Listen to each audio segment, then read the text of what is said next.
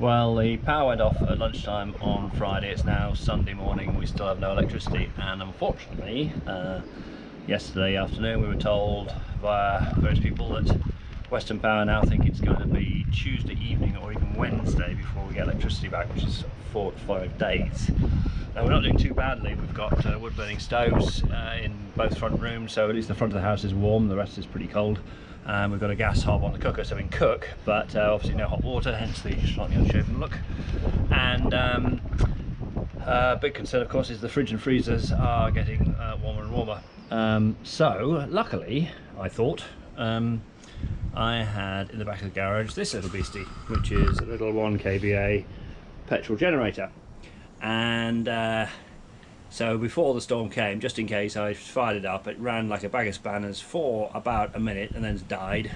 And then after about the 11th pull on the recoil starter, it fell apart in a million pieces of plastic, Chinese plastic rubbish. So I thought, well, that's it dead. So I then thought, well, actually, if I find a socket that'll fit the end of the crank nut, and then a suitably sized flat bladed wood drill, I can put this in there and use this as an electric starter. But it still wouldn't go, and I've discovered basically that there's no spark, and I've taken all the stuff lot apart and found the black box, which is the electronic ignition, and basically given up. I just can't get the thing to go, and it's probably going to go in the bin. We tried to hire or even buy a generator in Bridgewater, but everybody else had got there before us. There's nothing in stock, and lots of people are asking the same question. So on a whim I called Tim, my old boss at Yo Valley, and asked him whether the farm team might have a generator sitting somewhere, and he put me onto Adrian, my ex-colleague, who found one, and this is it. And this is a beast. This is a Honda 3 kVA twin cylinder beast, and I have a bit of history with this thing because I actually ordered it and bought it for an off-grid building called Will's Barn we had. It was our standby generator, and it will do the job perfectly. It'll run not only the fridges and freezers, it'll allow us to run the central heating system, so we'll have hot water. Hurrah! Only one slight snag: it doesn't go, so I've now got to try and find out why it won't go.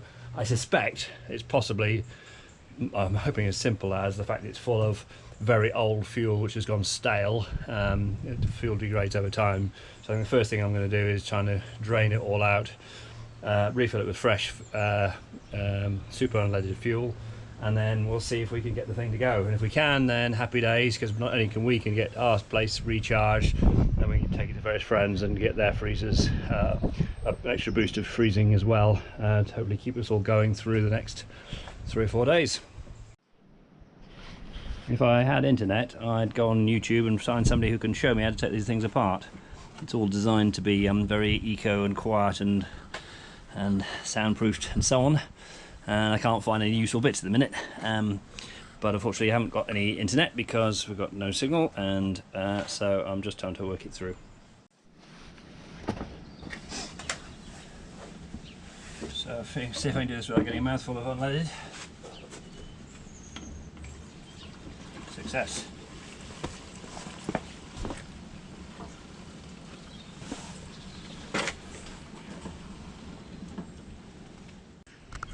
So I was draining the carburetor out, so hopefully I can get rid of all the old gummy fuel and see if I can get this thing to start. I've no idea where the spark plugs are, so if I have to find those, I'm buggered. The bottom of this fuel tank is pretty full of gunk. It's also been used out in the field, and lots of sawdusty type rubbish in there. So I'm going to flush it through a couple of times and siphon it out again, try and get rid of as much of that as I can, because that's not going to help matters at all. And then put some fresh fuel in. Well, I think that's about as good as I'm going to get it. It's certainly a lot cleaner than it was. So yeah, flush through some fresh fuel through the carb and then see how we go. I was expecting the air filter to be horrendous, but actually it's pretty okay. So it's going to get air, just drain the last of the fuel out of the bottom of this carburetor bowl. If I have to, I'll take this off and I can spray some carburetor cleaner through it. Might be an idea, but we'll try without it. So somewhere in this thing is an electric, as a battery, because it's a battery start, which is, the battery's flat, but I don't know whether it'll start. It has got a recoil starter, but it needs any sort of basic power at all to make the thing fire up. So I'm just going to see if I can find it, and whether I can just do some kind of jump start. I don't even know if it's a 12 volt battery or something weird. There's lots of things that says refer to manual, and I remember filing the manual for this machine in the Will's Barn handbook. So somewhere it'll be there, but and of course I'm sure you can get a copy online if you have internet, which I don't. Alright, let's see what happens here. Ah, there's the battery. I have found it. Down here. Do not something, it says. Right. How many volts is it?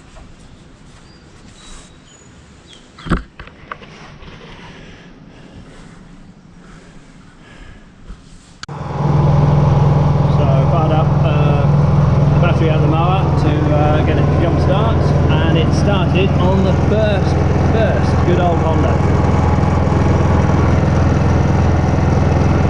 Very happy with that. The only slight snag is I haven't got one of those now, so I've got to go and buy a blue 240 volt plug to actually get the power into the house. I think I bought the last blue plug in Bridgewater. I had to go 3 shops and they only had one in stock. So anyway, we've got power going into the house, which is a great novelty. There's a bit of a cat's cradle of wires, but we're feeding power to the fridge, which was getting pretty ambient, past Bertie, and we're into the freezer, which was down at 0, although everything seems inside pretty solid, so we had lots of frozen apple juice in there. And the best thing is we're firing the central heating, so for the first time we've got actual heat throughout the house, and hot water, so we can have baths and hair washes and all that malarkey, which is fantastic.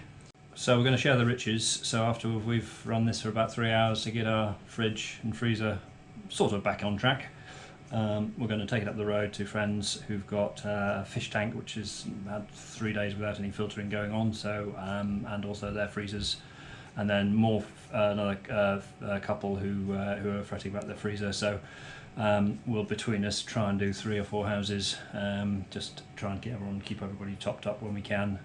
But yeah, really thankful to Tim and Adrian at Yo Valley for going the extra mile and finding us that wonderful generator, and I'm so pleased we got it going.